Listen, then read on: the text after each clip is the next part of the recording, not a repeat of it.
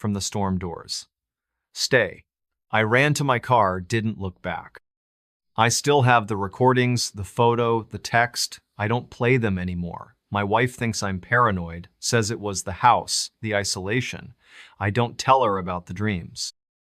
Every few nights, I'm back in the basement, the light bulb swinging, voices all around.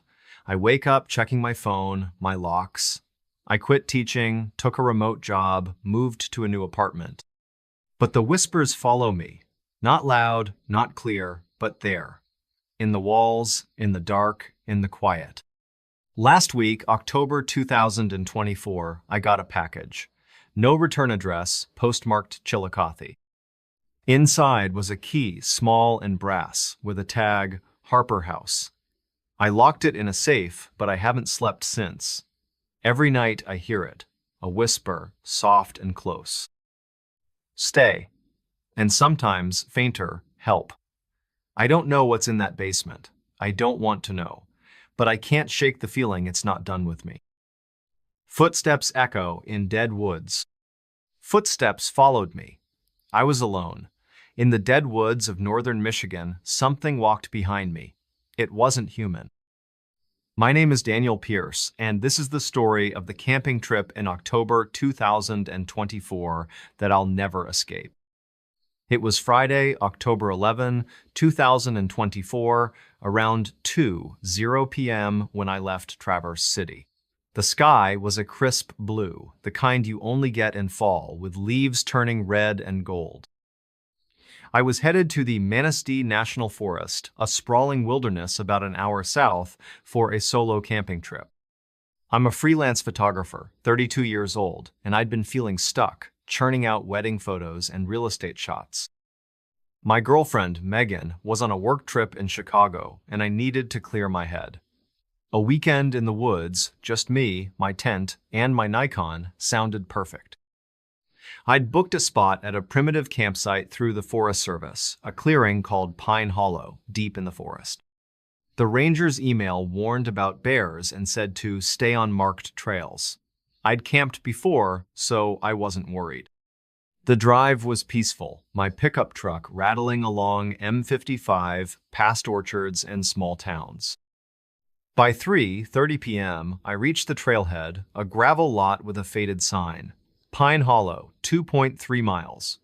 I parked, slung my backpack on, and locked the truck. The air was cool, maybe 50 degrees, with a breeze that carried the smell of pine and damp earth. The trail was narrow, marked by orange blazes on trees, winding through oaks and maples. My boots crunched on leaves, the only sound besides the occasional chirp of a bird. The forest was alive, but quiet, the kind of quiet that makes you feel small. I reached Pine Hollow by 4:45 p.m. The clearing was small, maybe 30 feet across, ringed by tall pines. A fire pit sat in the center, blackened from years of use, and a log bench was nearby. No one else was there. I set up my tent, a green, two-person REI model, and gathered wood for a fire. The sun was dipping low, painting the sky orange, so I worked fast. By 5:30 p.m., I had a fire going, the flames crackling as I heated a can of chili on a portable stove. I sat on the bench, ate and sipped a Bell's Two-Hearted Ale, a Michigan staple. The forest darkened, the trees swallowing the last light. My phone had no signal, but I wasn't here to scroll. I pulled out my camera, snapped a few shots of the fire, and settled in. At 7:12 p.m., I heard the first footsteps. They were faint, a soft crunch of leaves, maybe 20 yards behind my tent. I froze, my spoon halfway to my mouth.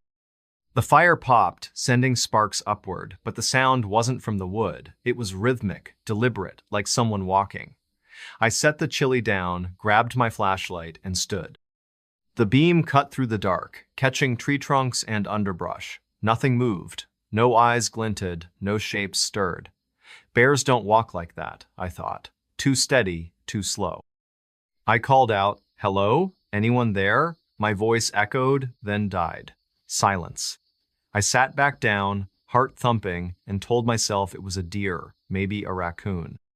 but my eyes kept darting to the trees. 10 minutes later, it happened again. Crunch, crunch, crunch. Closer now, maybe 15 yards, circling the clearing. I swung the flashlight, my hand unsteady. The light caught a low branch, swaying slightly, but no wind was blowing. I grabbed my knife, a 4-inch blade I kept for cutting rope, and stood by the fire. "Who's there?" I shouted. No answer. The footsteps stopped. I waited, the fire's heat on my back, the cold air biting my face, nothing. I added more wood to the fire, the flames flaring high, and sat with the knife in my lap. I didn't eat the rest of the chili. By 9:00 p.m., I was in my tent, the fire still burning outside. I zipped the door, locked it with a carabiner, and lay in my sleeping bag, flashlight on, knife beside me. The forest was silent, no owls, no wind. Then, at 9:43 p.m., the footsteps came back. Loud, heavy, just outside the clearing. Crunch, crunch, pause. Crunch, crunch, pause. Like something pacing, testing the edge of the light. I held my breath, my phone recording audio, time-stamped October 11, 2024, 9:44 p.m. The steps circled, never crossing into the clearing for maybe 5 minutes. Then they stopped. I played the recording. The footsteps were clear, too heavy for an animal, too measured for a stumble. And there was something else. Faint, like a low hum, almost a voice, but no words. I didn't sleep.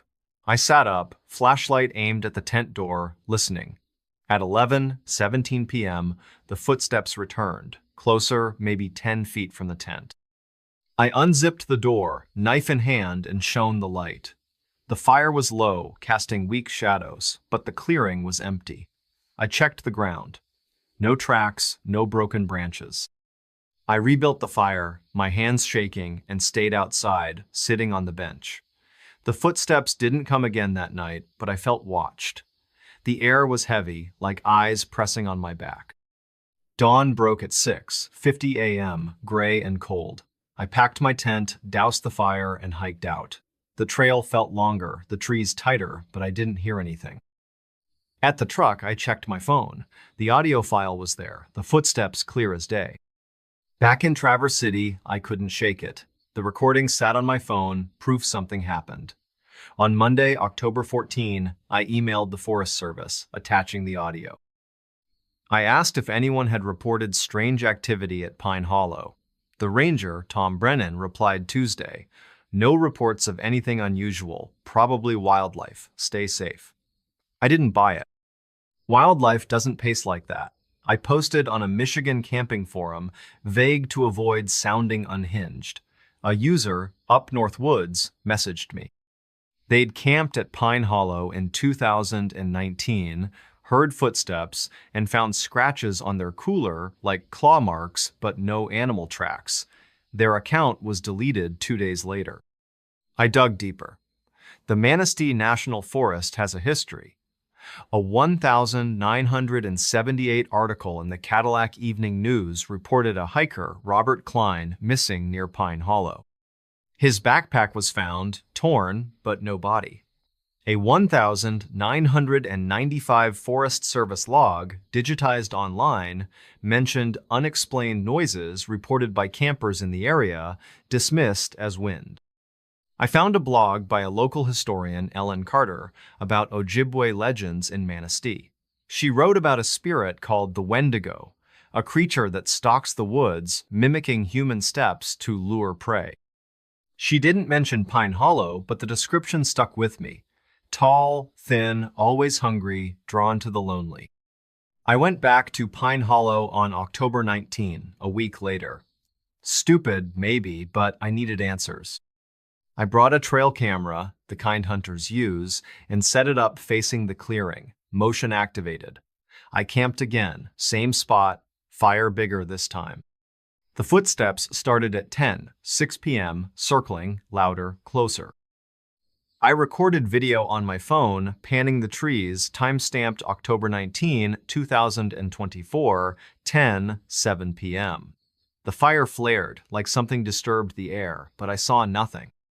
The steps stopped at 10:15 p.m. I stayed awake, knife in hand, until dawn. When I checked the trail camera, it had triggered at 10:09 p.m. The image showed the clearing, the fire, my tent, and in the background, just beyond the light, a shape, tall, thin, blurred, like it moved too fast. No face, no details, just a shadow with legs. I downloaded the file, my stomach churning, and left. I didn't tell Megan. She'd think I was losing it. But I showed the photo to a friend, Jake, who hunts in Manistee. He said it looked like a tree, maybe a deer, but his voice was tight. I contacted Ellen Carter, the historian. She was skeptical, but said the Wendigo legend warned against camping alone in certain woods. She mentioned Pine Hollow had a reputation among locals. Hunters avoided it. I checked the Forest Service records again. A 2003 incident report, buried in an archive, described a camper hearing human-like steps and finding scratches on their tent. No explanation. In November 2024, I got a voicemail from an unknown number, timestamped November 3, 2024, 1:22 a.m. Static, then a sound like footsteps on leaves and a hum, low and guttural. It lasted 15 seconds. I traced the number. It was a payphone at a gas station near the trailhead, out of service since 2010. I didn't call back. I posted the trail camera photo on a paranormal subreddit. A user, Michigan Shadow, commented that they'd seen a similar shape in Manistee in 2017. Their account was gone the next day. I stopped camping. I sold my tent, my stove, but kept the camera, the recordings, the photo. I don't sleep well. At night, I hear footsteps, faint, outside my apartment. I check the windows, the locks, nothing's there. But last month, December 2024, I got a package, postmarked Manistee, no return address. Inside was a single leaf, dried and red, with 3 scratches across it, like claws. I burned it, but the smell lingered, like pine and something rotten. I don't know what followed me in those woods, a spirit, a creature, or just my mind breaking. But I know what I heard. Footsteps echoing in a forest that felt dead. Stranger knocks during midnight storm. A stranger knocked. I didn't answer. During a midnight storm in rural Kentucky, someone stood at my door. They weren't alone. My name is Lucas Bennett, and this is the story of the night in February 2025 that haunts me still. It was Friday, February 7, 2025, around 4:00 p.m., when I arrived at a rental cabin just outside Harlan, a small coal town in southeastern Kentucky. The sky was already dark, heavy with clouds that promised a storm. I'm a 29-year-old mechanic from Lexington, and I'd been working overtime for weeks, fixing trucks at a shop off I-64. My best friend Corey was supposed to come, but he bailed last minute for a family thing. I didn't mind. A weekend alone, fishing in the Cumberland River, sounded like the reset I needed. The cabin, booked through a local site called Harlan Hideaways, was a one-room deal, maybe 400 square feet, with a wood stove, a single bed, and a window overlooking a dirt road. The host, a guy named Roy Tucker, left a key in a lockbox and a note, "Storm coming, keep the door locked." I figured he meant for security, Harlan being a quiet town but not without its troubles. The drive from Lexington took 2 hours, winding through the Appalachian Hills on Route 421. The radio faded to static as I climbed higher, the pines closing in. By 6:00 p.m., I parked my F-150 beside the cabin, the gravel crunching under my tires. The air was damp, smelling of rain and coal dust, and the temperature was dropping fast, maybe 35 degrees. I grabbed my duffel, fishing gear, and a cooler with Yuengling beer, a Kentucky staple. Inside, the cabin was warm, the wood stove already lit, embers glowing. The walls were pine, scarred with knots, and the floor creaked under my boots. A lantern sat on a small table next to a radio that only picked up AM gospel stations. I locked the door, slid the bolt, and checked the window. Secure. Outside, the dirt road vanished into the trees, the river a faint shimmer beyond. I spent the evening unpacking, sipping a beer, and listening to the radio's fuzzy hymns. The storm hit at 8:30 p.m., rain pelting the tin roof, wind howling through the hills. I added logs to the stove, the fire casting long shadows on the walls. I wasn't worried.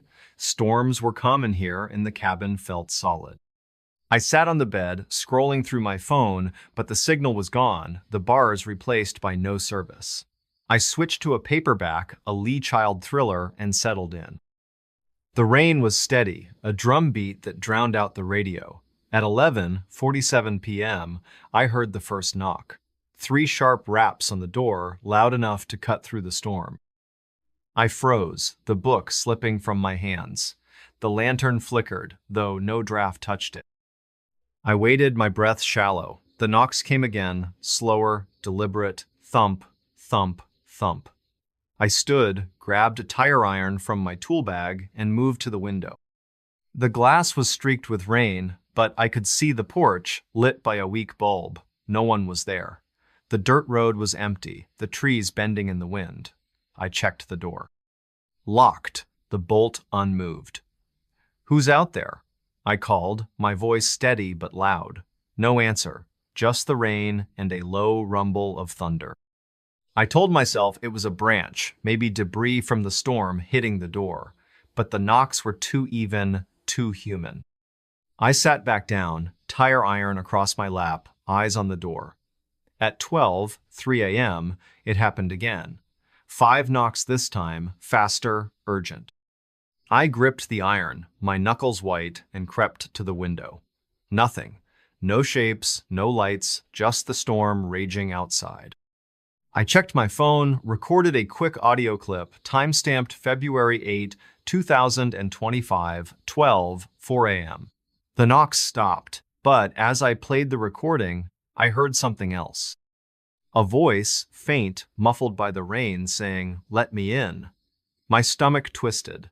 I hadn't heard it live, only on the recording. I double-checked the locks, the window, even the stove's flue. Everything was secure, the cabin was a fortress, but I felt trapped. The storm grew worse, lightning flashing every few minutes, thunder shaking the walls. At 1:22 a.m., the knocks returned, now a steady rhythm like a heartbeat. Thump, thump, thump, thump. I didn't move. I sat on the bed, tire iron in hand, staring at the door. The lantern dimmed, then flared, casting a shadow on the wall. It wasn't mine. It was tall, thin, with arms too long, moving when I didn't. I swung the lantern, the shadow vanishing. My heart pounded, my mouth dry. I recorded another clip, my voice shaking as I described the shadow, the knocks. The timestamp read 1:24 a.m. When I played it back, the voice was there again, clearer. "Let us in. Us. Not me. Us." I didn't sleep. I stayed awake, tire iron clutched tight, listening. The knocks stopped at 2:00 a.m., but the storm didn't. At 3:17 a.m., I heard footsteps, heavy and wet, circling the cabin. They sloshed through the mud, pausing by the window, then the door.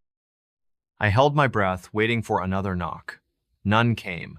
The footsteps faded, swallowed by the rain. Dawn broke at 6:45 a.m., the storm easing to a drizzle. I checked the porch. No footprints, no marks, just puddles and scattered leaves, but on the door, carved into the wood, were 3 lines, shallow but precise, like a claw's scratch. They hadn't been there yesterday. I took a photo, time-stamped February 8, 2025, 6:47 a.m., and packed my gear. I was done. I drove to Harlan, found a diner called Coal Dust Cafe, and sat with a coffee. The waitress, a woman named Linda, knew the cabin. She said it was old, built in the 1920s for miners, abandoned after a cave-in killed 6 men in 1931. Locals called it Knock Hollow, said it was bad luck to stay there during storms. I showed her the photo. Her face paled. She'd seen similar marks on her uncle's barn in the 90s after a storm. No explanation, just rumors of mountain spirits. I emailed Roy, the host, attaching the photo and audio files. His reply came Monday, February 10. Storms make noises, scratches from wind, cabin's fine. I didn't respond. Back in Lexington, I couldn't let it go. I searched online. The Harlan County Library had digitized records. A 1,931 article in the Harlan Enterprise reported the cave-in, naming the miners, Amos Reed, Caleb Holt, and 4 others. Their bodies were never found, the mine sealed. A 1,957 police report mentioned a camper hearing knocks at a cabin on the same road, dismissed as vandalism. I found a Kentucky folklore site run by a professor named Clara Vance. She wrote about Appalachian spirits, entities tied to the land, drawn to storms. They knock, she said, to lure people out. If you answer, you're gone. She didn't mention the cabin, but the description fit. I posted on a Kentucky hiking forum asking about Knock Hollow. A user, Coal Country 91, messaged me. They'd stayed in the cabin in 2020, heard knocks during a rainstorm, and saw a shadow through the window, tall and wrong. They left at dawn, found scratches on their car. Their account was deleted a day later. I checked Harlan Hideaways. The cabin was still listed, with a new review from a guest named Emma, posted February 12, 2025. Cozy, but the knocking was weird. I messaged her. No reply. Her profile was gone by February 15. In March, I got a call from an unknown number, timestamped March 3, 2025, 2:09 a.m. I let it go to voicemail. The message was static, then a voice, low and wet, saying, "Open the door." It lasted 10 seconds. I traced the number. It was a landline, registered to a Harlan post office, out of service since 2008. I saved the voicemail, didn't call back. I showed it to Corey. He laughed, said it was a prank, but he wouldn't listen to it twice. I drove to Harlan again, March 15, 2025. The cabin was empty, the lockbox still there. I didn't go in. I walked the road, found the river, swollen from spring melt. By the bank, half buried in mud, was a rusted miner's helmet, the kind used in the 30s.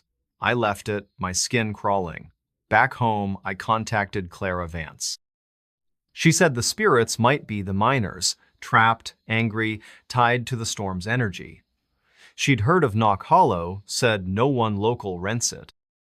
In April, I got another voicemail, same number, timestamped April 10, 2025, 1:33 a.m. Static then, we're waiting. I didn't sleep that night. I moved my bed away from the window, started locking my apartment door twice. I quit the forum, deleted my posts. But last week, May 9, 2025, a package arrived, postmarked Harlan, no return address. Inside was a single key, rusted, with a tag, Knock Hollow. I burned the tag, locked the key in a safe. I hear knocks now, faint, at night, even in Lexington. I don't answer. I never will. Doll blinks in dark attic? The doll blinked. I saw it. In the attic of an old Maine house, something stared back at me. It wasn't alive. My name is Nathan Hayes, and this is the story of the weekend in January 2025 that changed how I see the dark. It was Friday, January 10, 2025, around 3:00 p.m., when I pulled up to a 3-story Victorian house in Brunswick, Maine, a coastal town about 30 miles from Portland. The sky was heavy, gray with snow clouds, the air sharp enough to sting my face. I'm a 34-year-old freelance writer, mostly for travel blogs, and I'd been grinding through deadlines all winter. My partner, Emily, was in Boston for a conference, and I needed a quiet place to finish a piece on New England history. The house, rented through Airbnb, was a 19th century relic, with gabled windows, peeling green paint, and an attic listed as storage only. The host, Margaret Ellis, A retired librarian left a key under a flower pot and a note. Stay out of the attic, it's cluttered. I figured she meant it was a mess, maybe unsafe. Old houses have rules. The drive from Portland took 40 minutes, along Route 1, past frozen marshes and lobster shacks closed for the season. My Subaru crunched over the snowy driveway, the house looming like a forgotten painting. It was 10 degrees outside, the kind of cold that makes your boots squeak. I grabbed my backpack, laptop, and a bag of groceries: coffee, bread, a six-pack of Allagash White, a Maine staple. Inside, the house smelled of wax and old books. The foyer had a creaky staircase, a chandelier missing half its crystals, and wallpaper curling at the edges. The living room was cozy, with a brick fireplace, a sagging couch, and a coffee table piled with National Geographic magazines from the 80s. I locked the front door, checked the back, and dropped my stuff in the second-floor bedroom.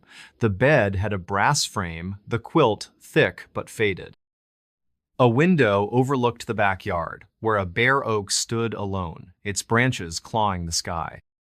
I spent the first hour settling in. The kitchen had a gas stove and a kettle that whistled like a scream. The dining room had a long table, 8 chairs, and a portrait of a stern woman in a black dress, probably from the 1800s. The attic door was on the 3rd floor, a narrow panel with a brass knob, locked, as Margaret's note implied. I didn't try it. I lit the fireplace, the logs catching fast, and set up my laptop on the dining table. The Wi-Fi was weak, but my phone had a signal, so I tethered it and started writing.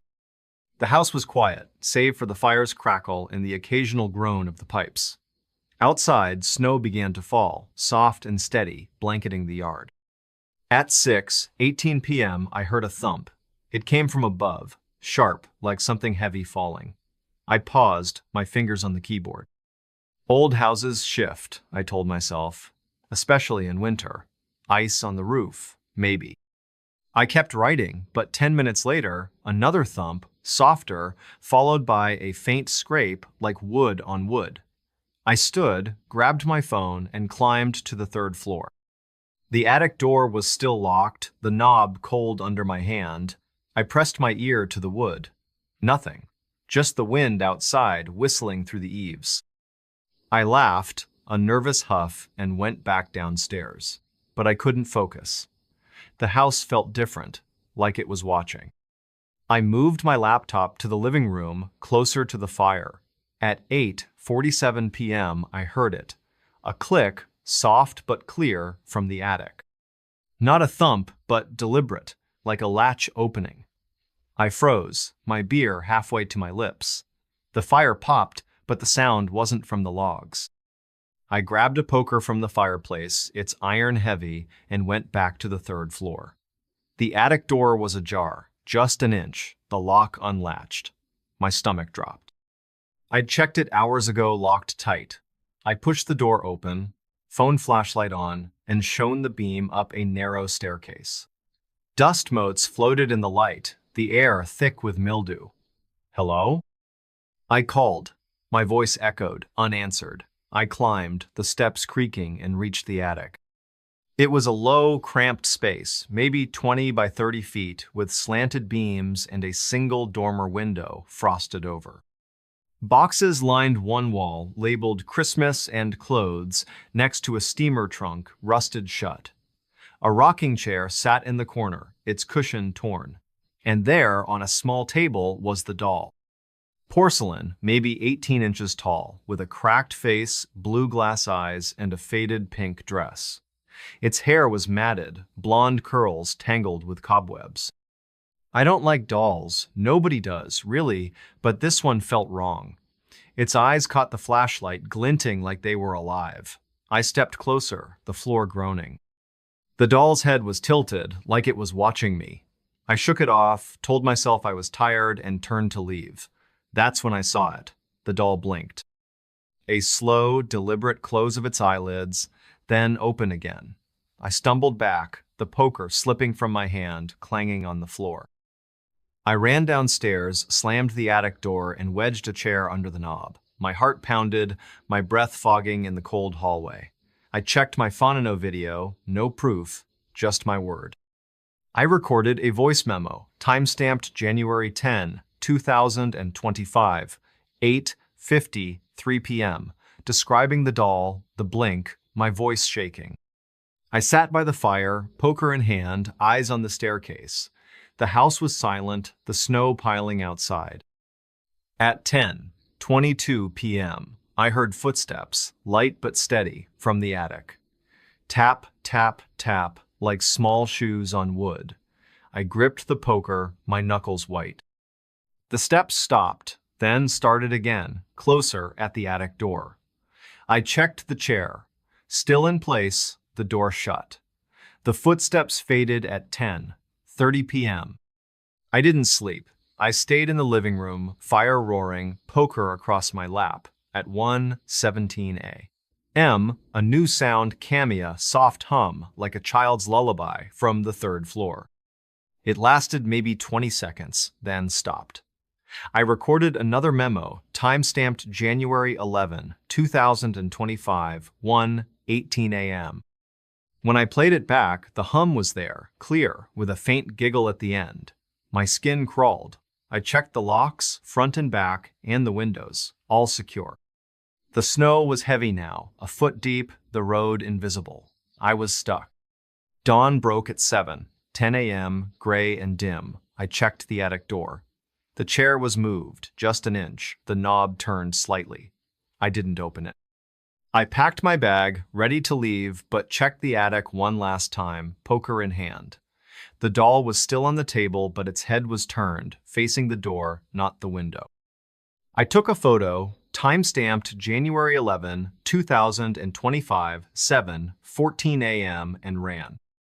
The driveway was a slog, my car barely moving through the snow, but I made it to Brunswick by 8:00 a.m. I stopped at a diner, the Scarlet Tide, and asked the server, a guy named Tom, about the house.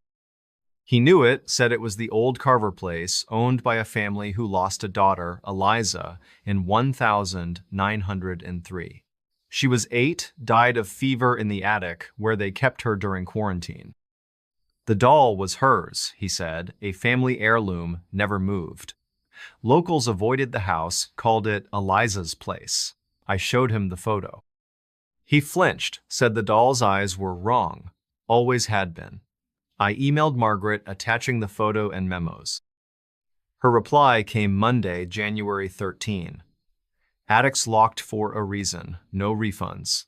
I didn't argue. Back in Portland, I dug into the house's history. The Brunswick Historical Society had records.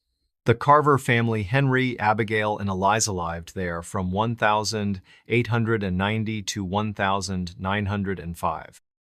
Eliza died in March 1903, her death certificate listing fever unspecified.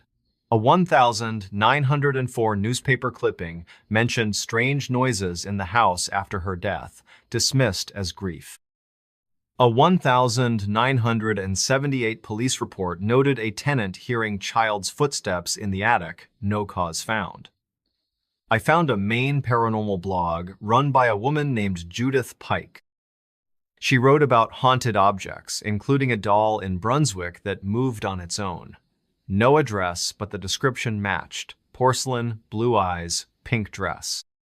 I posted on a Maine history forum asking about the Carver house. A user, Coastal Ghost, messaged me.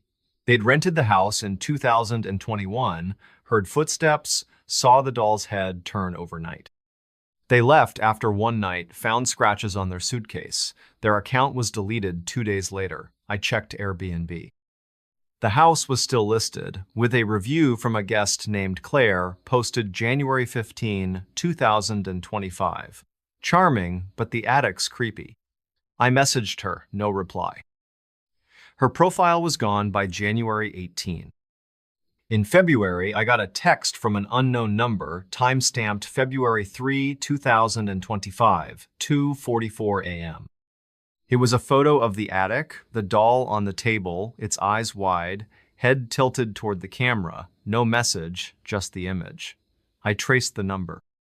It was a landline registered to a Brunswick library, out of service since 2012. I didn't respond. I showed the photo to Emily. She said it was a prank, but her hands shook. I didn't tell her about the dreamsme in the attic, the doll's eyes following, its giggle echoing. I drove to Brunswick, February 20, 2025. The house was empty, the Airbnb listing gone. I knocked, no answer. The backyard oak had fresh scratches on its bark, 3 lines like claws. I contacted Judith Pike. She said the doll might be a vessel tied to Eliza's spirit, restless, angry. She'd heard of the Carver house, said no one stayed long. I found a 2001 property record. Margaret Ellis bought the house from a Carver descendant who left Maine after a fire in the attic. No cause listed. In March, I got another text, same number, time-stamped March 10, 2025, 1:19 a.m. Another photo, the doll closer, its cracked face filling the frame. I moved, left Portland, took a job in Vermont. But the dreams followed. Last week, May 9, 2025, a package arrived, postmarked Brunswick, no return address. Inside was a porcelain finger, broken, with a note. Eliza sees you. I burned the note, buried the finger. I hear giggles now, faint, at night, in my new place. I don't look in mirrors. I don't trust my reflection. Phone rings with no caller. The phone rang. No one called. In a quiet Oregon farmhouse, a voice spoke through the line. It knew my name. My name is Caleb Morrow, and this is the story of the weekend in December 2024 that I can't unhear. It was Friday, December 6, 2024, around 2:00 p.m.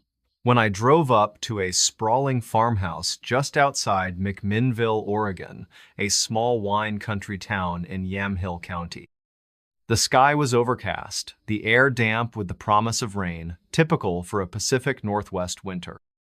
I'm a 31-year-old software developer from Salem, and I'd been drowning in code for a startup that was bleeding money. My fiancée, Rachel, was visiting her parents in Eugene, and I needed a break from screens. The farmhouse, booked through a local rental site called Willamette Getaways, was a century-old 2-story with a wraparound porch, red shutters, and a barn that leaned slightly to the left. The host, Evelyn Porter, a vineyard owner, left a key in a tin mailbox and a note, "Unplug the phone if it bothers you. It's old." I didn't think twice. Old houses have quirks. The drive from Salem took an hour, along Highway 22, past vineyards and rolling hills dotted with Douglas firs. My Toyota Camry bounced over the gravel driveway, the farmhouse standing alone against a backdrop of bare oaks. It was 40 degrees, the kind of wet cold that seeps into your bones. I grabbed my duffel bag, a laptop I swore I wouldn't open, and a grocery sack with coffee, bread, and a 6-pack of Deschutes Black Butte Porter, an Oregon classic. Inside, the house smelled of cedar and dust. The living room had a stone fireplace, a plaid sofa, and a coffee table with claw marks from some long-gone cat.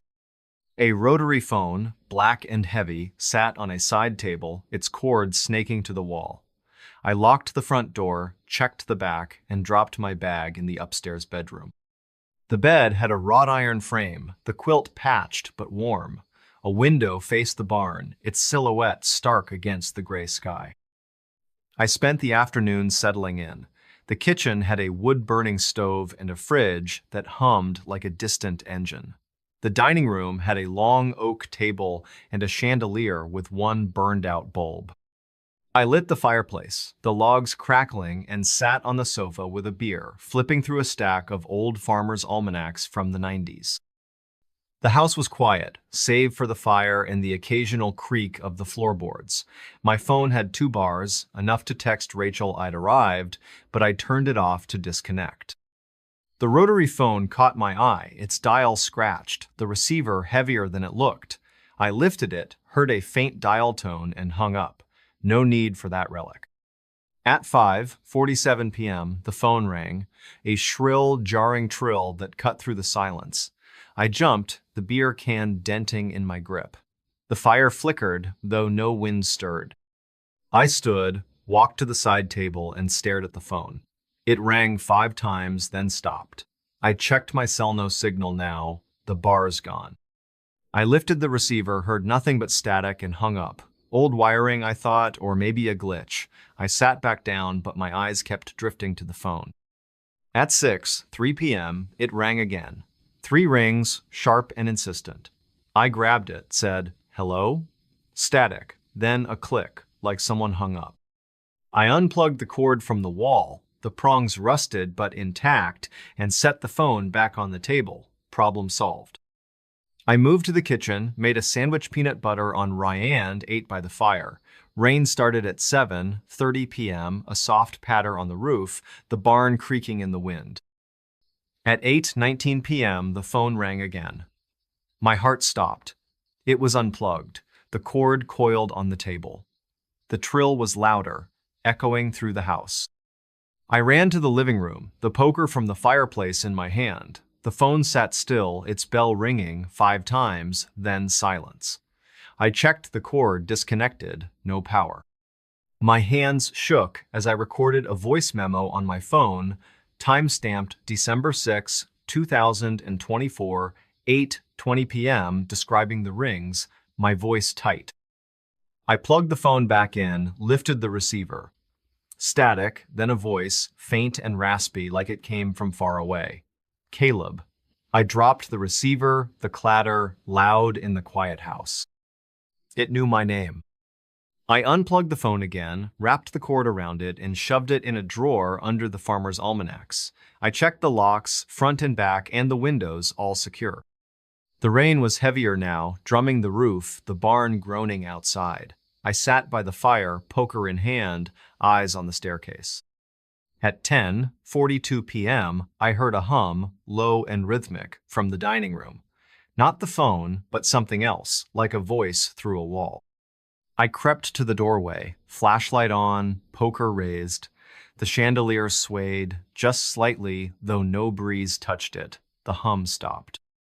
I recorded another memo, time-stamped 10:43 p.m., my breath audible.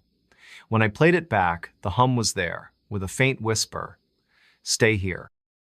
I didn't sleep. I stayed in the living room, fire blazing, poker across my lap. At 1:15 a.m., the phone rang again, muffled from inside the drawer. 3 slow rings, then silence. I didn't open it. I sat, frozen, until dawn. When the rain eased at 6:30 a.m., I checked the house. The bedroom was untouched, the kitchen empty, the barn locked from the outside. I opened the drawer. The phone was there, cord still wrapped, but the receiver was off the hook, lying beside it. I took a photo, time-stamped December 7, 2024, 6:32 a.m., and packed my bag. I was leaving. I drove to McMinnville, stopped at a cafe called the Wildwood, and asked the barista, a woman named Jenny, about the farmhouse. She knew it, said it was the old Grayson place, built in 1910. A family lived there until the 50s, when their son, William, died in a tractor accident at 16. The phone was his mother's, Clara, who kept calling the house after moving away, hoping he'd answer. Locals said the line never worked right after she died in 1962. I showed Jenny the photo. She frowned, said the phone shouldn't ring, it was disconnected years ago. I emailed Evelyn attaching the photo and memos. Her reply came Monday, December 9.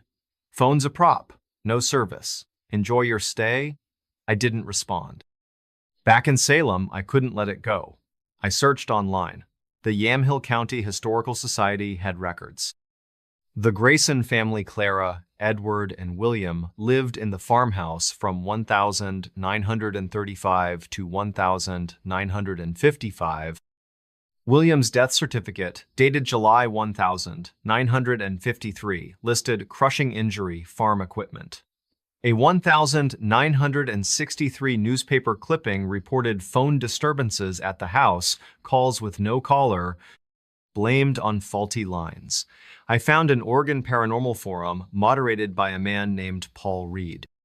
He posted about haunted phones in McMinnville, including one that rang after being unplugged, tied to a grieving mother. No address, but the details matched. I posted on a Willamette Valley history group asking about the Grayson farmhouse. A user, Vineyard Echo, messaged me. They'd rented the house in 2022, heard the phone ring at night, and found it unplugged with the receiver off. They left after one night, noticed scratches on their car door, 3 lines, like fingers. Their account was deleted a day later. I checked Willamette Getaways. The farmhouse was still listed with a review from a guest named Laura, posted December 12, 2024. Rustic, but the phone's creepy. I messaged her, no reply. Her profile was gone by December 15. In January 2025, I got a call from an unknown number, timestamped January 4, 2025, 3:07 a.m. I let it go to voicemail. The message was static, then a voice, the same raspy one, saying, "Caleb, come back." It lasted 12 seconds. I traced the number. It was a landline, registered to a McMinnville general store, closed since 2005. I saved the voicemail, didn't call back. I showed it to Rachel. She said it was a glitch, but her eyes were wide. I didn't tell her about the dreams me in the farmhouse, the phone ringing, a shadow in the dining room. I drove to McMinnville, January 18, 2025. The farmhouse was empty, the rental listing still active. I knocked, no answer. The barn had fresh scratches on its door, 3 lines, shallow but clear. I contacted Paul Reed, the forum moderator. He said the phone might be a conduit tied to Clara's grief, calling out to anyone who stayed. He'd heard of the Grayson place, said locals avoided it. I found a 1,975 property record. Evelyn Porter bought the farmhouse from a Grayson cousin who left Oregon after a fire in the barn, no cause listed. In February, I got another voicemail, same number, timestamped February 9, 2025, 2:31 a.m. Static, then, "We miss you." I moved my desk away from the window, started sleeping with the lights on. I quit the history group, deleted my posts.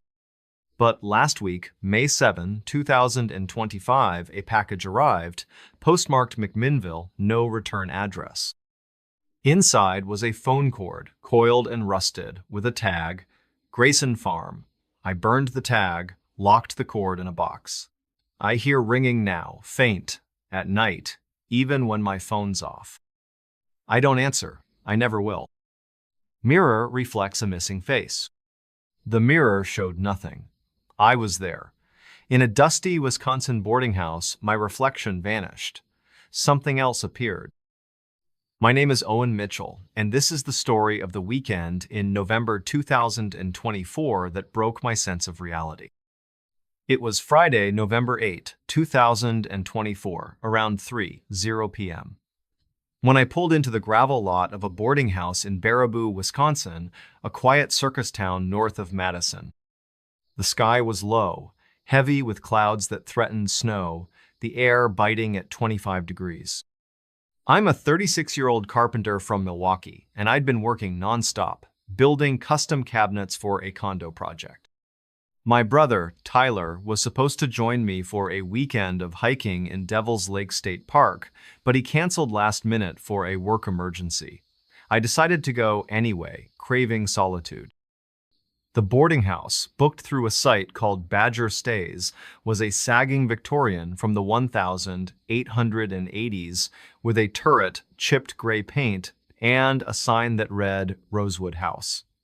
The host, Dorothy Klein, a widow in her 70s, left a key under a porch mat and a note. "Don't touch the mirror in room 3. I was in room 3. I figured she meant it was fragile. The drive from Milwaukee took 2 hours, along I-94, past dairy farms and billboards for cheese curds. My pickup truck rattled as I parked, the house looming against a field of stubble corn. I grabbed my duffel bag, a thermos of coffee, and a pack of Leinenkugel's Red Lager, a Wisconsin staple. Inside, the house smelled of mothballs and varnish. The foyer had a creaky staircase, a coat rack with a single scarf, and a chandelier that flickered when I flipped the switch. Room 3 was on the second floor, a small space with a single bed, a dresser, and a full-length mirror on the wall, its frame carved with roses, the glass clouded with age. I locked the door, checked the window latched tight, overlooking the cornfield, and dropped my bag on the bed. The quilt was heavy, patched with faded squares. The note about the mirror seemed odd, but I didn't touch it. I spent the afternoon exploring. The common area had a fireplace, cold and unused, with a stack of logs beside it. The kitchen was shared, with a gas stove and a fridge containing a lone jar of pickles. A parlor had a piano out of tune and a bookshelf with brittle mysteries from the 60s. I lit the fireplace in the common area, the flames casting a warm glow, and sat with a beer, planning my hike. My phone had one bar, enough to check the weather snow by midnight. I turned it off, wanting to unplug. The mirror in room 3 stayed in the back of my mind, its glass catching the hallway light as I passed. At 6:22 p.m., I noticed the mirror. I was in room 3, unpacking my hiking boots, when I glanced at it. My reflection was there, but faint, like I was standing in fog. I stepped closer, my boots scuffing the rug.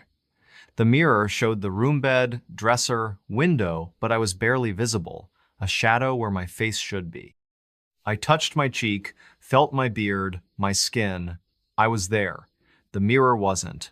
I blinked, and my reflection snapped back, clear as day. My heart raced. I laughed, a shaky sound, and blamed the beer, the dim light. I covered the mirror with a spare sheet from the dresser, tucking it over the frame, and went downstairs. I ate a sandwich ham on Rhine, the parlor, the fire crackling. Snow started at 8:00 p.m., soft flakes tapping the windows. At 8:47 p.m., I heard a creak, like a footstep, from the second floor. The house was empty, Dorothy's note saying no other guests were booked. I grabbed a fire poker, its iron cold, and climbed the stairs. Room 3's door was ajar, though I'd locked it. The sheet was on the floor, the mirror uncovered. My reflection was there, but my eyes were wrong, too wide, too dark, staring when I didn't. I backed out, slammed the door, and wedged a chair under the knob. I recorded a voice memo on my phone, time-stamped November 8, 2024, 8:50 p.m., describing the mirror, the creak, my voice unsteady. I stayed in the common area, poker in hand, fire roaring. At 10:13 p.m., a hum came from upstairs, low and mournful, like a hymn. It lasted maybe 15 seconds, then stopped. I checked the chair at room 3's door still in place. I recorded another memo, time-stamped 10:14 p.m. When I played it back, the hum was there, with a faint whisper, "Look." My skin prickled. I checked the locks, front and back, and the windows, all secure. The snow was heavier, piling against the porch. At 11:59 p.m., I saw it. A face in the parlor window, not mine, pale and eyeless, pressed to the glass. I swung the poker, but it was gone, just snow and darkness outside. I recorded again, time-stamped November 9, 2024, 12:01 a.m., my voice shaking. The whisper in the playback said, "See me." I didn't sleep. I sat by the fire, poker clutched tight, eyes on the staircase. At 2:37 a.m., footsteps paced above, heavy, circling room 3. They stopped after 5 minutes. I checked the chair moved an inch, the door still locked. Dawn broke at 7:05 a.m., the snow a foot deep. I went to room 3. The mirror was cracked, a single line from top to bottom, my reflection split. Behind me, in the glass, was a figure, tall and thin, no face, just a blur. I turned, nothing there. I took a photo, time-stamped November 9, 2024, 7 a.m., and packed my bag. I was done. I drove to Baraboo, found a diner called The Driftless, and asked the cook, a man named Ray, about Rosewood House. He knew it, said it was built by a circus family, the Warrens, in 1886. Their daughter, Lillian, vanished in 1899, last seen in room 3. The mirror was hers, a gift from a traveling performer rumored to be cursed. Locals avoided the house, called it Lillian's mirror. I showed Ray the photo. He went quiet, said the crack wasn't there when he cleaned the house in October. I emailed Dorothy, attaching the photo and memos. Her reply came Monday, November 11. Mirror's old, don't touch it, no refunds. I didn't argue. Back in Milwaukee, I dug into the house's history. The Sauk County Historical Society had records. The Warren family, Charles, Mary, and Lillian, lived in Rosewood House from 1886 to 1900. Lillian's disappearance at age 14 was reported in an 1899 Baraboo News Republic article with no leads. A 1927 police report noted a guest hearing footsteps in room 3, dismissed as pipes. I found a Wisconsin paranormal blog run by a woman named Ellen Hart. She wrote about haunted mirrors in Baraboo, including one that showed faces not there tied to a lost girl. No address, but the details matched. I posted on a Wisconsin history forum asking about Rosewood House. A user, Circus Trail, messaged me. They'd stayed in room 3 in 2020, saw their reflection fade, heard whispers from the mirror.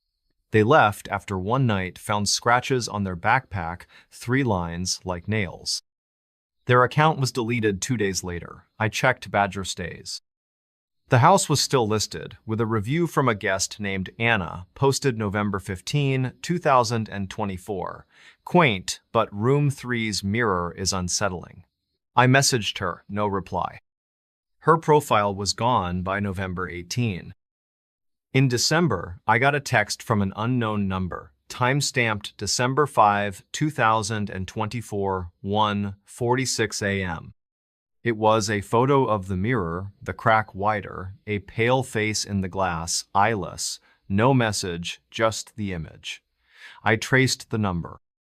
It was a landline registered to a Baraboo funeral home closed since 2009. I didn't respond. I showed the photo to Tyler. He said it was edited, but he wouldn't look at it twice. I didn't tell him about the dreams me in room 3, the mirror empty, a hand on my shoulder.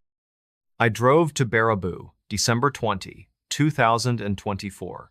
The house was empty, the Badger Stays listing gone. I knocked, no answer. The cornfield had fresh tracks, not mine, leading to the porch. I contacted Ellen Hart. She said the mirror might be a portal tied to Lillian's spirit trapped seeking others. She'd heard of Rosewood House, said no one stayed in room 3 long.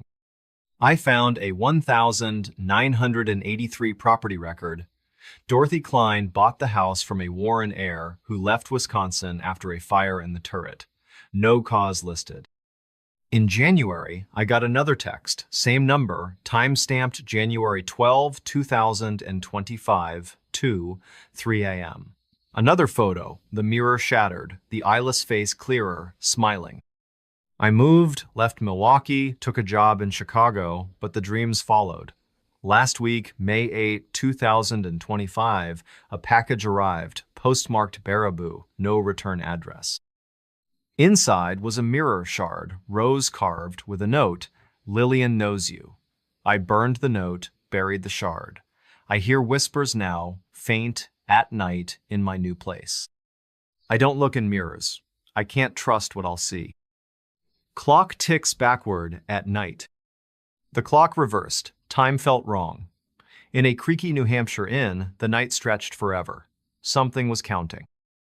My name is Ryan Foster, and this is the story of the weekend in October 2024 that I can't explain. It was Friday, October 4, 2024, around 4:00 p.m. When I arrived at a small inn called the Lantern's Rest, just outside Conway, New Hampshire, a tourist town nestled in the White Mountains. The sky was a bruised purple, heavy with autumn clouds, the air crisp at 45 degrees. I'm a 33-year-old park ranger from Manchester, and I'd been patrolling trails all summer, dealing with lost hikers and bear sightings. My girlfriend, Lauren, was on a work trip to Burlington, and I wanted a quiet weekend to sketch the fall foliage. The inn, booked through a site called Granite Escapes, was a two-story colonial from the 1790s with white clapboard, a steep roof, and a chimney puffing smoke. The host, Clara Vaughn, a retired schoolteacher, left a key in a brass lantern by the door and a note. "Don't wind the clock in the parlor." I shrugged. Old places have superstitions. The drive from Manchester took an hour and a half along Route 16, past lakes and mountains ablaze with red and orange leaves. My Jeep crunched over the inn's gravel lot, the only vehicle there. I grabbed my sketchbook, a duffel bag, and a pack of Shipyard Pumpkinhead Ale, a New England fall classic. Inside, the inn smelled of wood smoke and lavender. The foyer had a narrow staircase, a coat rack with a wool shawl, and a grandfather clock in the parlor, its pendulum still, the face engraved with Roman numerals. My room, number 4, was upstairs, with a 4-poster bed, a quilt that smelled of cedar, and a window overlooking a maple grove. I locked the door, checked the window secure, the glass fogged with evening chillend, dropped my bag. The note about the clock seemed trivial, probably about noise. I spent the evening settling in. The common area had a fireplace, logs already burning, and a dining table set for one. The kitchen was stocked with tea and a loaf of bread, the fridge humming softly. The parlor was cozy, with a velvet sofa, a bookshelf of faded novels, and the grandfather clock, its hands stuck at 3:00. Whether AM or PM, I couldn't tell. I lit a second fire in the parlor, sipped a beer, and sketched the room, the clock's brass glinting in the firelight. My phone had no signal, the mountains blocking reception, so I left it off, embracing the disconnect. The inn was silent, save for the fire's crackle and the wind rustling the maples outside. At 7:14 p.m., the clock ticked, a single heavy talk like a heartbeat. I froze, my pencil hovering over the sketchbook. The pendulum was still, the hands unmoved. Old clocks settle, I thought, gears shifting with the cold. I stood, walked to the clock, and peered at the face. The hands were at 3:00, but the second hand twitched, backward, just once. I stepped back, my boots scuffing the rug. The fire dimmed, though I hadn't touched it. I laughed, a nervous huff, and returned to my sketch. At 7:29 p.m., it happened again. Talk, talk, talk. 3 ticks, slow and deliberate, the second hand jerking backward. I grabbed my phone, recorded a voice memo, time-stamped October 4, 2024, 7:30 p.m., describing the ticks, my voice low. The clock stopped, the parlor silent. I moved to the dining room, away from the clock, and ate a sandwich turkey on sourdoughby candlelight. The wind picked up, rattling the windows, leaves scraping the glass. At 9:06 p.m., the clock chimed, a single deep gong echoing through the inn. I dropped my sandwich, the plate clattering. The clock hadn't chimed before, and it was unwound, the key missing. I ran to the parlor, flashlight on, poker from the fireplace in hand. The hands were at 2:59, backward from 3:00, the pendulum swinging, though no one had touched it. I stopped it with my hand, the brass cold, and the chiming ceased. I recorded another memo, time-stamped 9:07 p.m., my breath audible. When I played it back, there was a whisper, faint, behind my voice. Keep going. I checked the inn, every room, every door. The kitchen was empty, the bedrooms locked, the basement door bolted. I was alone. I unplugged the parlor lamp, dimming the room, and sat by the fire, poker across my lap. At 11:43 p.m., the clock ticked again, faster, a staccato rhythm, the hands spinning backward, 2:58, 2:57, 2:56. I shone the flashlight, the beam shaking, the pendulum swung wildly, the clock's face gleaming like it was lit from within. I recorded a video, time-stamped 11:44 p.m., panning the clock, the hands blurring. The ticking stopped, the hands froze at 2:55, but in the video, a shadow moved across the clock, tall and thin, though I stood still. My stomach churned. I covered the clock with a blanket from the sofa, tucking it tight, and retreated to my room, locking the door. I didn't sleep. I sat on the bed, poker in hand, sketchbook forgotten. At 1:22 a.m., footsteps creaked in the parlor, slow, circling where the clock stood. They lasted maybe 3 minutes, then stopped. I recorded another memo, time-stamped October 5, 2024, 1:23 a.m., whispering about the steps. The playback caught a low hum, like a chant, with the whisper, "Stay." The wind howled, the maples thrashing outside. At 3:00 a.m., the clock chimed again, muffled under the blanket, 5 gongs, each heavier than the last. I checked the door locked, the chair I'd wedged under the knob unmoved. Dawn broke at 6:45 a.m., gray and cold. I went to the parlor. The blanket was on the floor, the clock's hands at 2:50, backward again. I took a photo, time-stamped 6:47 a.m., and packed my bag. I was leaving. I drove to Conway, stopped at a diner called Redstone Grill, and asked the waitress, a woman named Beth, about the Lantern's Rest. She knew it, said it was built by a clockmaker, Samuel Hale, in 1792. His wife, Abigail, died in the parlor in 1801 during a fever outbreak. The clock was hers, a wedding gift, never removed. Locals called it Abigail's time, said it acted strange on fall nights. I showed Beth the photo. She paled, said the hands never moved when she visited in September. I emailed Clara, attaching the photo and memos. Her reply came Monday, October 7. Clock's decorative. Don't wind it, no refunds. I didn't respond. Back in Manchester, I couldn't shake it. I searched online. The Carroll County Historical Society had records. The Hale family, Samuel, Abigail, and their son, Ezra, lived in the inn from 1792 to 1805. Abigail's death certificate, dated November 1801, listed fever wasting. A 1802 diary entry digitized mentioned the clock's odd ticking after her death, blamed on grief. A 1954 police report noted a guest hearing chimes at night in the parlor, no cause found. I found a New Hampshire paranormal blog run by a man named Thomas Gray. He wrote about haunted clocks in Conway, including one that ticked backward, tied to a woman's death. No address, but the details matched. I posted on a White Mountains history forum asking about the Lantern's Rest. A user, Granite Ghost, messaged me.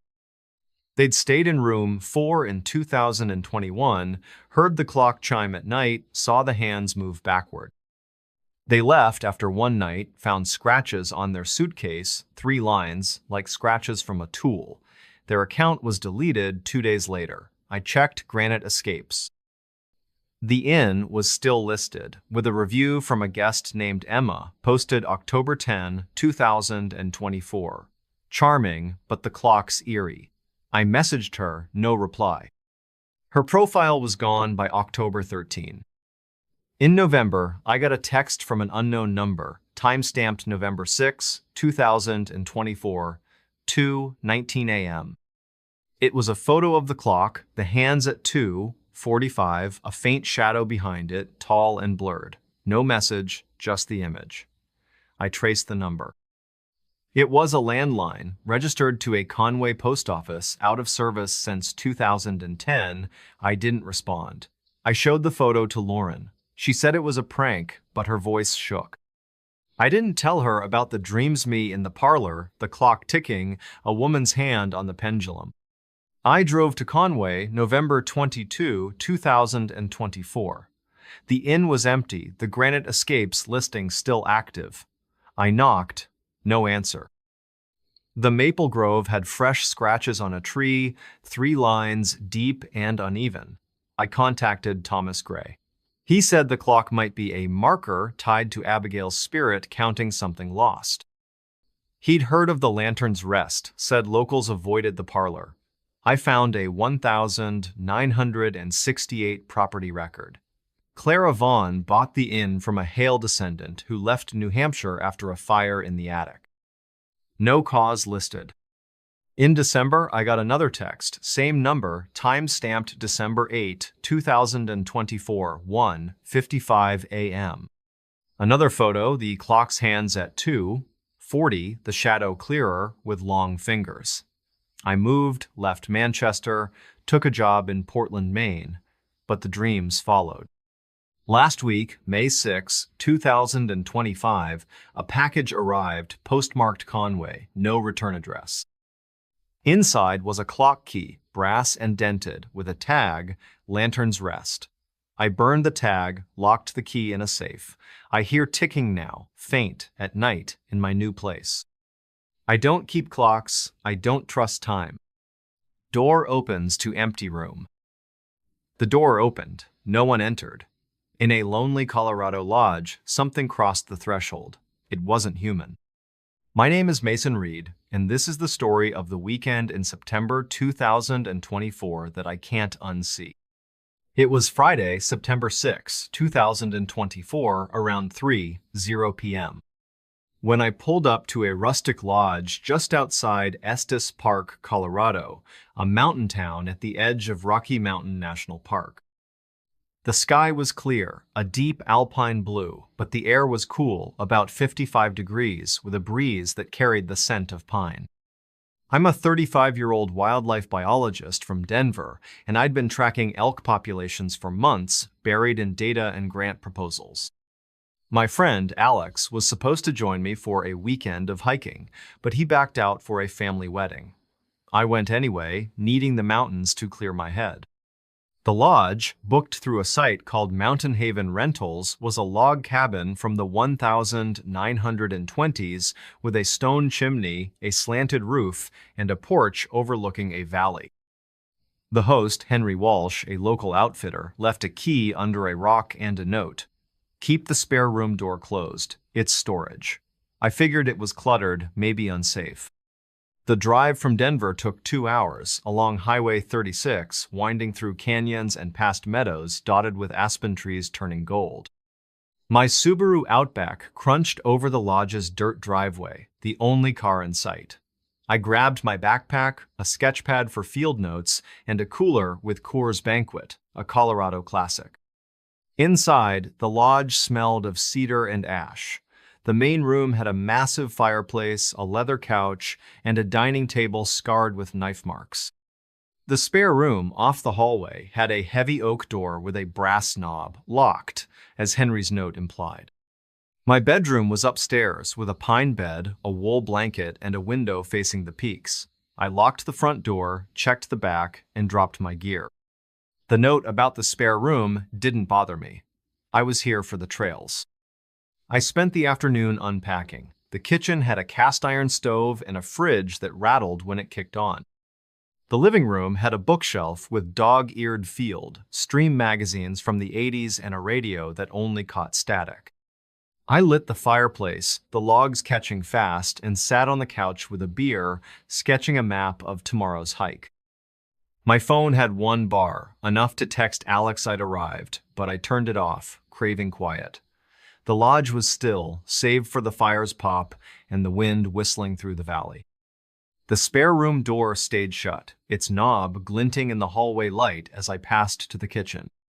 At 6:38 p.m., the door creaked. A slow, grinding sound like wood scraping stone. I paused, my beer halfway to my lips, the fire casting long shadows. The spare room was down the hall, out of sight. Old houses shift, I thought, especially in the mountains. I stood, grabbed a flashlight from my backpack, and walked to the hallway. The door was closed, the knob unmoved. I tried it locked, no give. I pressed my ear to the wood. Nothing, just the wind outside. I laughed, a tight sound, and went back to the couch. But my eyes kept drifting to the hallway, the door's outline barely visible in the firelight. I ate dinner-canned chili heated on the stove in the living room, the radio hissing faintly. The sun set at 7:15 p.m., the valley plunging into darkness, stars sharp overhead. At 8:52 p.m., the door opened. Not a creak, but a deliberate swing, the hinges groaning loud enough to drown the fire's crackle. I grabbed the poker, its iron heavy, and ran to the hallway. The spare room door was wide open, the room dark, no light inside. I shone the flashlight, the beam cutting through dust motes. The room was empty, bare walls, plank floor, no furniture, no storage, just a single window, latched shut. My breath fogged in the cold air. I closed the door, locked it, and wedged a chair under the knob. I recorded a voice memo on my phone, time-stamped September 6, 2024, 8:53 p.m., describing the door, my voice shaking. I stayed in the living room, poker in hand, fire roaring. At 10:27 p.m., footsteps shuffled inside the spare room, slow, dragging, like boots on wood. The chair held, the door shut. I recorded another memo, time-stamped 10:28 p.m., the footsteps faint but clear. When I played it back, there was a whisper, low and guttural. "Come in." My skin crawled. I checked the locks, front and back, and the windows all secure. The night was still, no wind now, the valley silent. At 11:59 p.m., the door rattled, a sharp jolt, like something pushed from inside. The chair slid an inch, the knob twisting. I gripped the poker, my knuckles white, and recorded a video, time-stamped September 7, 2024, 12:01 a.m., panning the door. The rattling stopped, but in the video, a shadow moved across the door, tall and hunched, though the hallway was empty. My stomach twisted. I didn't sleep. I sat by the fire, poker clutched tight, eyes on the hallway. At 2:14 a.m., a hum came from the spare room, like a low chant, lasting maybe 20 seconds. I recorded again, time-stamped 2:15 a.m., my voice barely a whisper. The playback caught the hum with a faint laugh, sharp and cold. Dawn broke at 6:30 a.m., the peaks glowing pink. I checked the spare room. The chair was on the floor, the door ajar, the room empty as before. On the floor, scratched into the wood, were 3 lines, shallow but precise, like claw marks. I took a photo, time-stamped 6:32 a.m., and packed my bag. I was done. I drove to Estes Park, stopped at a coffee shop called Kind Coffee, and asked the barista, a guy named Nate, about the lodge. He knew it, said it was built by a trapper, Josiah Burke, in 1923. His son, Elias, disappeared in the spare room in 1935, age 10, during a storm. The door was locked, no trace found. Locals called it Burke's Gap, said it felt wrong. I showed Nate the photo. He frowned, said the scratches weren't there when he hiked by in August. I emailed Henry, attaching the photo and memos. His reply came Monday, September 9. Rooms for storage. Keep it closed. No refunds. I didn't argue. Back in Denver, I couldn't let it go. I searched online. The Larimer County Historical Society had records. The Burke family, Josiah, Martha, and Elias, lived in the lodge from 1923 to 1937. Elias's disappearance, reported in a 1935 Estes Park Trail Gazette, mentioned no signs of entry or exit. A 1948 police report noted a guest hearing footsteps in the spare room, dismissed as animals. I found a Colorado paranormal blog run by a woman named Lydia Crane. She wrote about haunted thresholds in Estes Park, including a door that opened to nothing and everything tied to a lost child. No address, but the details matched. I posted on a Rocky Mountain history forum asking about the lodge. A user, Trail Wraith, messaged me. They'd stayed there in 2022, heard the door open at night, saw scratches on the floor the next day, 3 lines. They left after one night, found scratches on their backpack matching the floor. Their account was deleted 2 days later. I checked Mountain Haven Rentals. The lodge was still listed, with a review from a guest named Claire posted September 12, 2024. Cozy, but the spare room's creepy. I messaged her, no reply. Her profile was gone by September 15. In October, I got a text from an unknown number, time-stamped October 7, 2024, 3:02 a.m. It was a photo of the spare room door, ajar, a shadow spilling across the floor, long and twisted. No message, just the image. I traced the number. It was a landline, registered to an Estes Park ranger station, out of service since 2011. I didn't respond. I showed the photo to Alex. He said it was a hoax, but he wouldn't look at it twice. I didn't tell him about the dreams me in the spare room, the door swinging wide, a hand reaching from the dark. I drove to Estes Park, October 25, 2024. The lodge was empty, the rental listing still active. I knocked, no answer. The valley had fresh tracks, not mine, circling the porch. I contacted Lydia Crane. She said the door might be a crossing, tied to Elias's spirit, stuck, pulling others in. She'd heard of Burke's Gap, said locals avoided the lodge. I found a 1,972 property record. Henry Walsh bought the lodge from a Burke heir who left Colorado after a fire in the attic. No cause listed. In November, I got another text, same number, time-stamped November 9, 2024, 2:47 a.m. Another photo, the door wide open, the shadow clearer, with fingers like branches. I moved, left Denver, took a job in Boulder, but the dreams followed. Last week, May 5, 2025, a package arrived, postmarked Estes Park, no return address. Inside was a brass key scratched with 3 lines and a tag, Burke's Gap. I burned the tag, buried the key. I hear creaks now, faint, at night in my new place. I don't open doors after dark. I don't trust what's behind them. Lights flicker with strange pattern. The lights pulsed. They weren't random. In a remote Arizona cabin, something sent a message. It wasn't friendly. My name is Ethan Walsh, and this is the story of the weekend in August 2024 that I can't forget.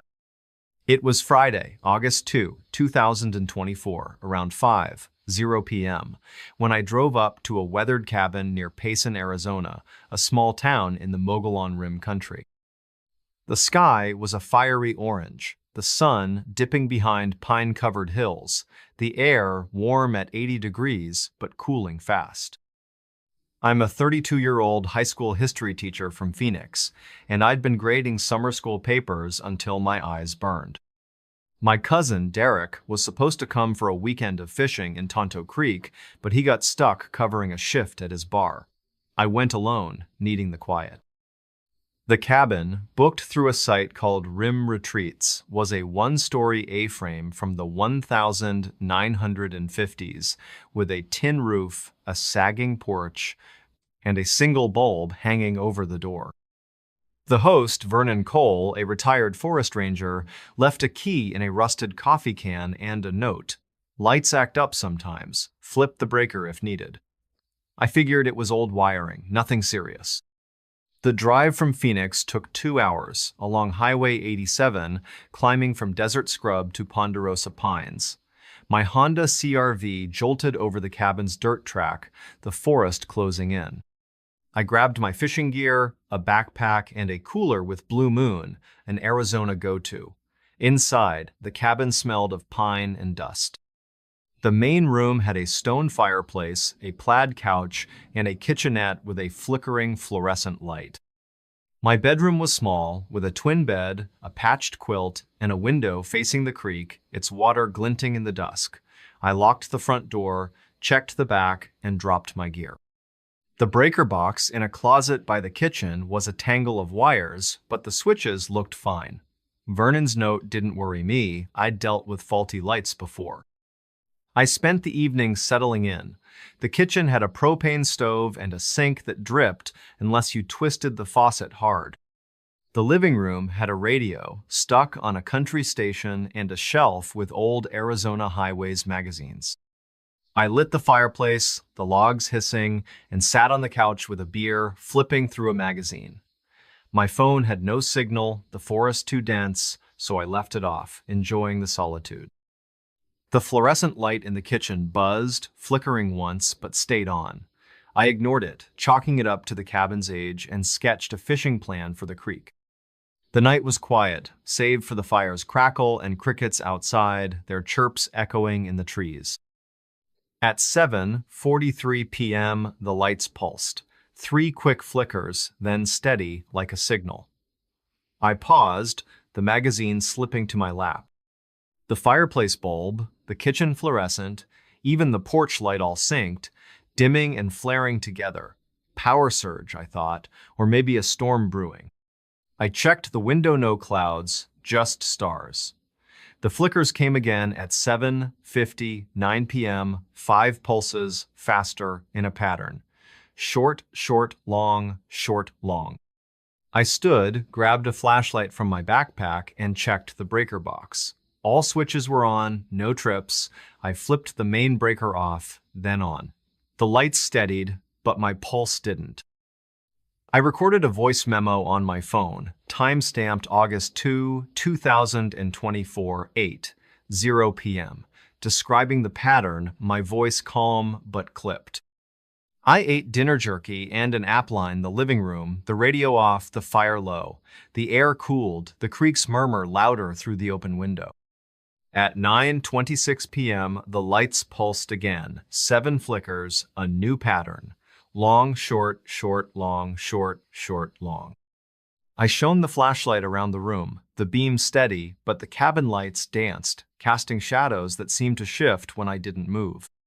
I recorded a video, time-stamped 9:27 p.m., panning the kitchen and porch. The lights stopped, but in the video, the shadows lingered, forming a shape-tall, jagged, like antlers in the wall. My throat tightened. I turned off the lights, relying on the fire and flashlight, and sat on the couch, a poker in hand, eyes on the ceiling. I checked the cabin, every corner, every door. The bedroom was empty, the closet bare, the back porch locked. I was alone. At 8 p.m., the lights turned on, though I'd left the breaker off. They pulsed, 9 flickers, a complex rhythm I couldn't follow. I ran to the breaker box, the switches still down. The air felt heavy, like before a storm, but the sky was clear. I recorded another memo, time-stamped 9 p.m., my voice shaking. When I played it back, there was a hum, low and electric, with a faint voice, "Watch us." My skin prickled. I unplugged the kitchen light, yanked the porch bulb, and piled logs on the fire, the glow my only defense. I didn't sleep. I sat by the fireplace, poker clutched tight, flashlight sweeping the room. At 1:47 a.m., footsteps crunched outside, circling the cabin, slow and deliberate, like boots on gravel. They stopped by the porch, then started again, fading into the trees. I recorded a memo, time-stamped August 3, 2024, 1:48 a.m., whispering about the steps. The playback caught a faint laugh, dry and sharp, not mine. Dawn broke at 6:15 a.m., the creek sparkling, the forest still. I checked the porch, no footprints, just pine needles and dust. But on the door, scratched into the wood, were 3 lines, thin and deep, like a blade's mark. I took a photo, time-stamped 6:17 a.m., and packed my bag. I was leaving. I drove to Payson, stopped at a diner called the Rim Cafe, and asked the server, a woman named Carla, about the cabin. She knew it, said it was built by a miner, Amos Tate, in 1952. His daughter, Lena, died there in 1964, age 12, in a fire that spared the cabin but burned the shed. Locals said the lights acted strange after, like she was signaling. They called it Lena's flicker. I showed Carla the photo. She went quiet, said the scratches weren't there when she delivered firewood in July. I emailed Vernon, attaching the photo and memos. His reply came Monday, August 5. Lights are old, breakers are fine, no refunds. I didn't respond. Back in Phoenix, I couldn't shake it. I searched online. The Gila County Historical Society had records. The Tate family, Amos, Ruth, and Lena, lived in the cabin from 1952 to 1964. Lena's death certificate, dated March 1964, listed smoke inhalation. A 1965 newspaper clipping reported light disturbances at the cabin, blamed on faulty wiring. I found an Arizona paranormal blog run by a man named Victor Salas. He wrote about haunted lights in Payson, including a cabin where flickers formed patterns tied to a child's death. No address, but the details matched.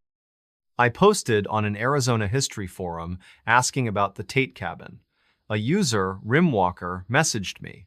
They'd stayed there in 2021, saw the lights pulse at night, felt watched.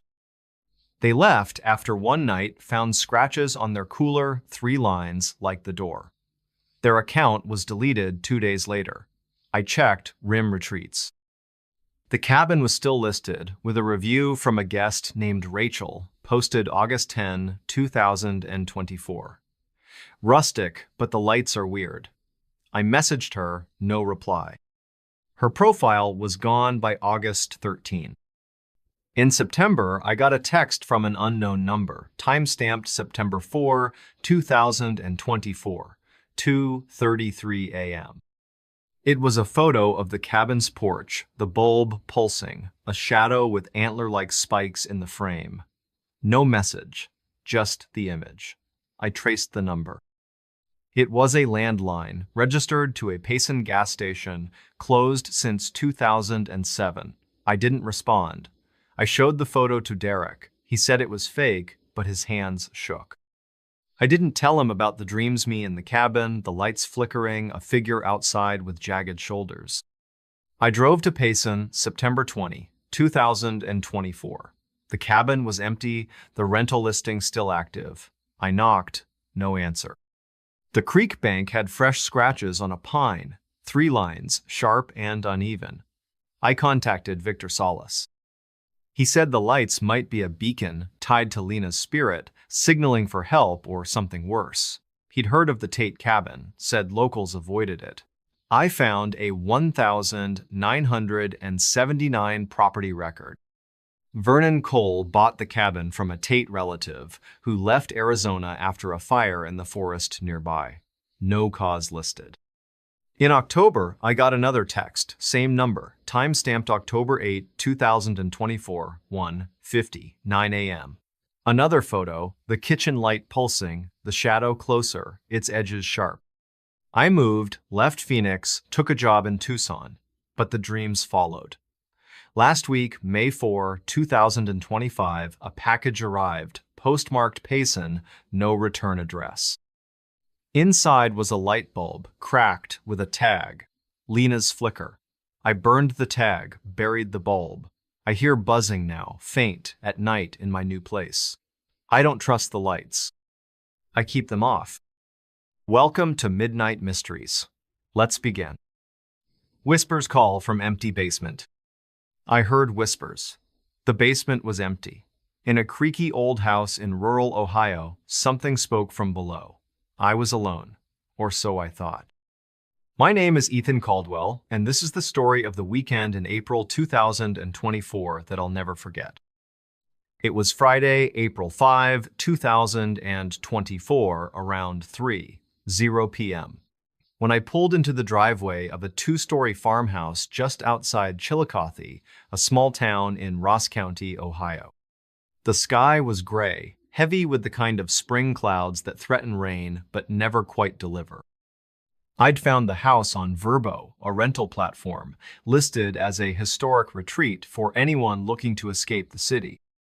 I was a high school history teacher in Columbus, burned out from grading papers and parent-teacher conferences.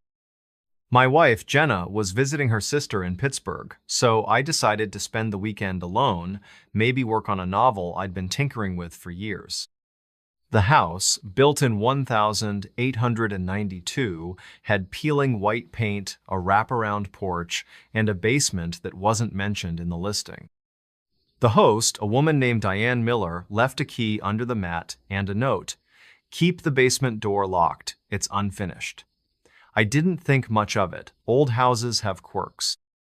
Before we begin, tell me, where are you listening from and what time is it there? The drive from Columbus took an hour, mostly along Route 23, past fields of new corn and faded barns. The house sat on 5 acres, bordered by a thin line of maple trees and a gravel road that led to nowhere. The nearest neighbor was half a mile away, their mailbox barely visible through the haze. I parked my Honda Civic, grabbed my backpack, and stepped onto the porch. The boards groaned under my boots, and the air smelled of damp earth and budding lilacs.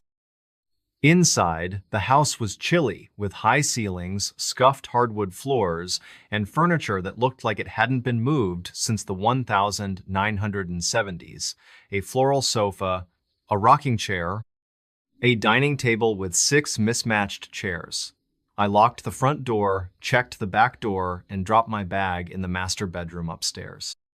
The bed had a quilt that smelled faintly of mothballs, and the window overlooked the empty fields.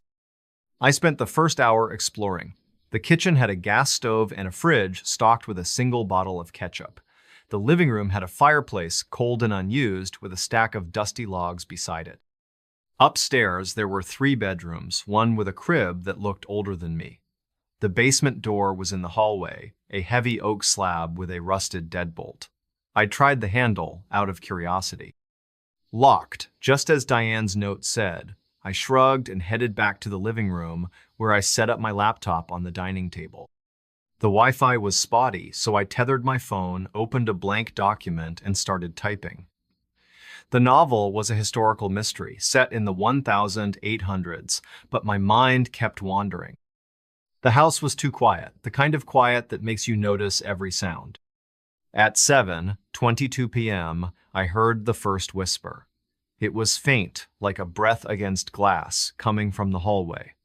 I paused, my fingers hovering over the keyboard. The house was old, probably just pipes or the wind slipping through a crack. I got up, walked to the hallway, and stood by the basement door. Nothing, just the hum of the fridge in the kitchen. I laughed, shook my head, and went back to my laptop. But 10 minutes later, it happened again. This time, it wasn't just a sound. It was a word, soft and muffled, like someone speaking through a wall. Stay. My skin prickled. I grabbed my phone, turned on the flashlight, and checked the hallway again. The basement door was still locked, the deadbolt unmoved. I pressed my ear to the wood. Silence. I told myself it was my imagination, maybe the stress of being alone in a strange house. But I didn't open the door. I moved my laptop to the kitchen, closer to the back door, just in case. The whispers didn't come again that night, but I couldn't focus. I closed my laptop at 10:00 p.m., made a peanut butter sandwich, and sat on the sofa, scrolling through my phone.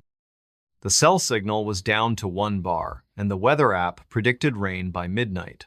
I checked the locks again, front and back, then headed upstairs.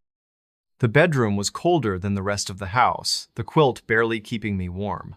I left the bedside lamp on, a 40-watt bulb that cast a weak glow across the room. At 11:47 p.m., I heard it again. Whispers, clearer now, coming from below. Not one voice, but several, overlapping like a crowd murmuring.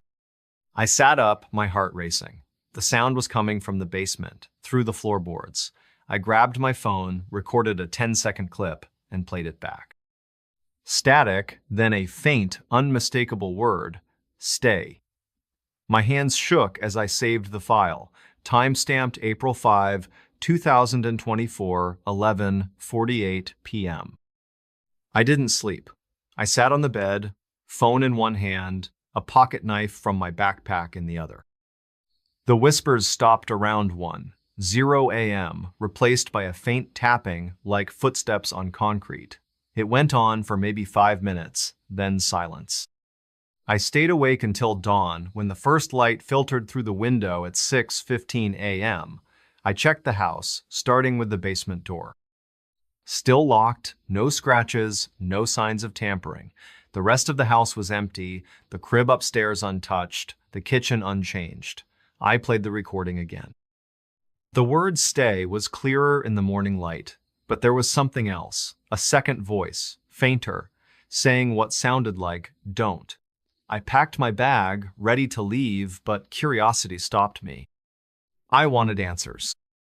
I emailed Diane at 7:03 a.m., attaching the audio file. I asked if anyone had reported strange noises. Her reply came at 9:12 a.m. Old houses creak. Basement's just storage. Enjoy your stay. I wasn't convinced. I drove to Chillicothe, 10 minutes away, to a coffee shop called Paper City. The barista, a guy named Tyler, knew the house. He said it belonged to the Harper family in the 1900s who lost 3 kids to typhoid in 1898. The basement was used as a sick room during the outbreak. He'd heard rumors of noises, but nothing specific. I asked about Diane. Tyler said she was a realtor, lived in town, but he didn't know her well. I bought a coffee, sat in my car, and searched online. The Ross County Historical Society had digitized records. A 1901 census listed the Harper family, William, Eliza, and their surviving daughter, Clara.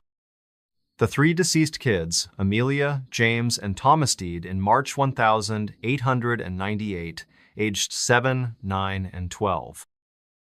No mention of a basement, but a 1903 newspaper clipping reported a fire in the house contained to the lower level. The cause was unknown. Back at the house, I hesitated. It was 11:30 a.m., and the sky was still gray.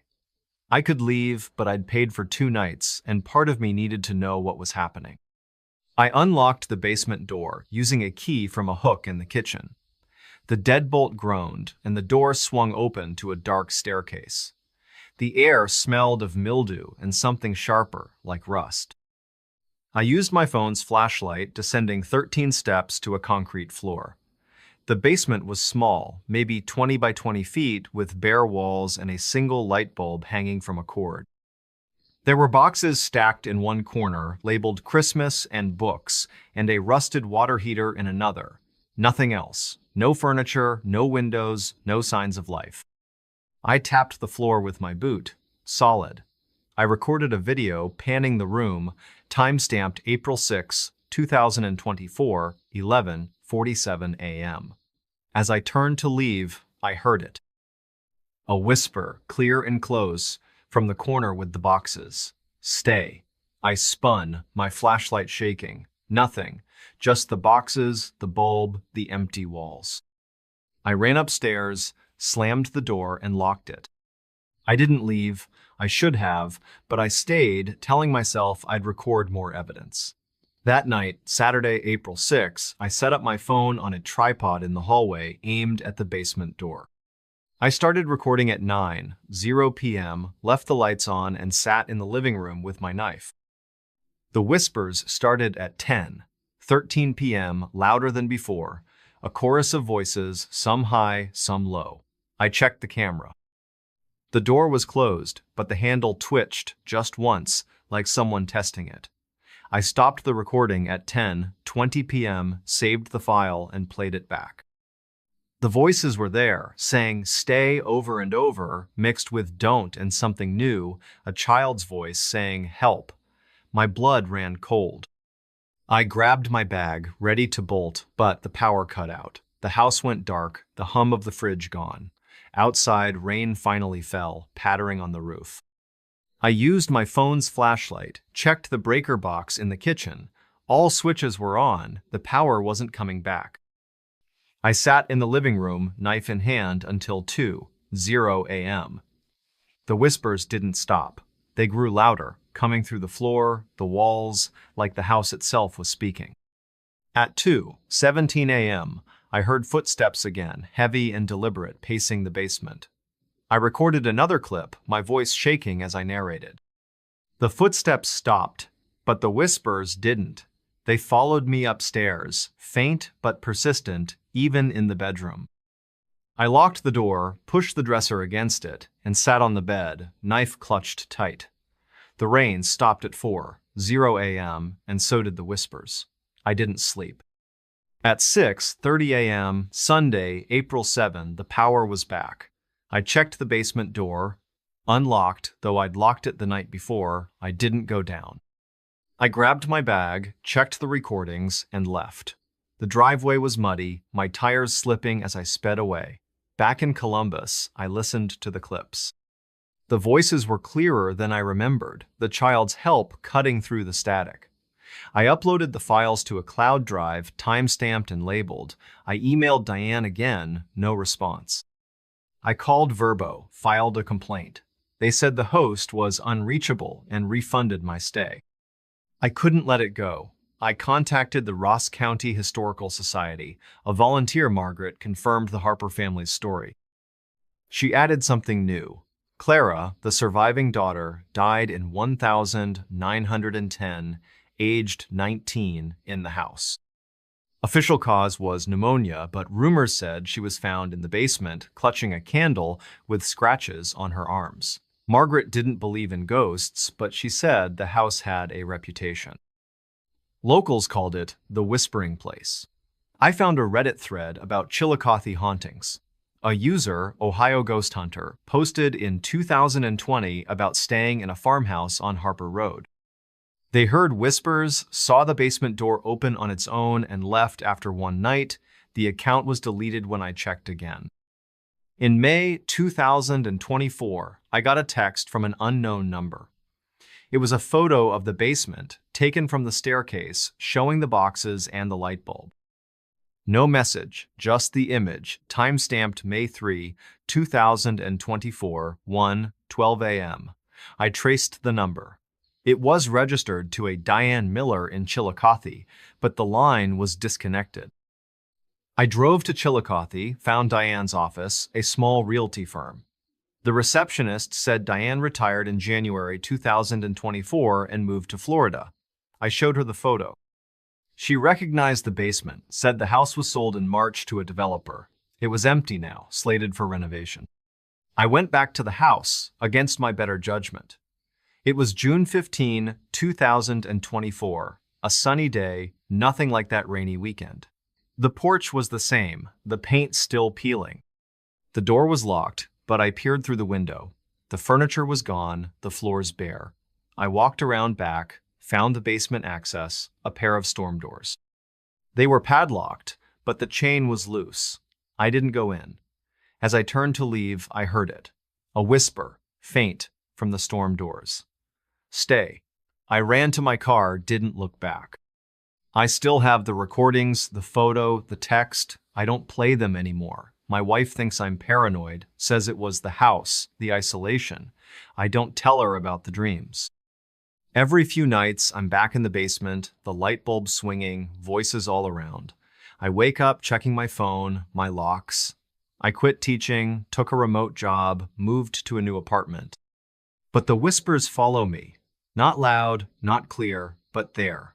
In the walls, in the dark, in the quiet. Last week, October 2024, I got a package. No return address, postmarked Chillicothe. Inside was a key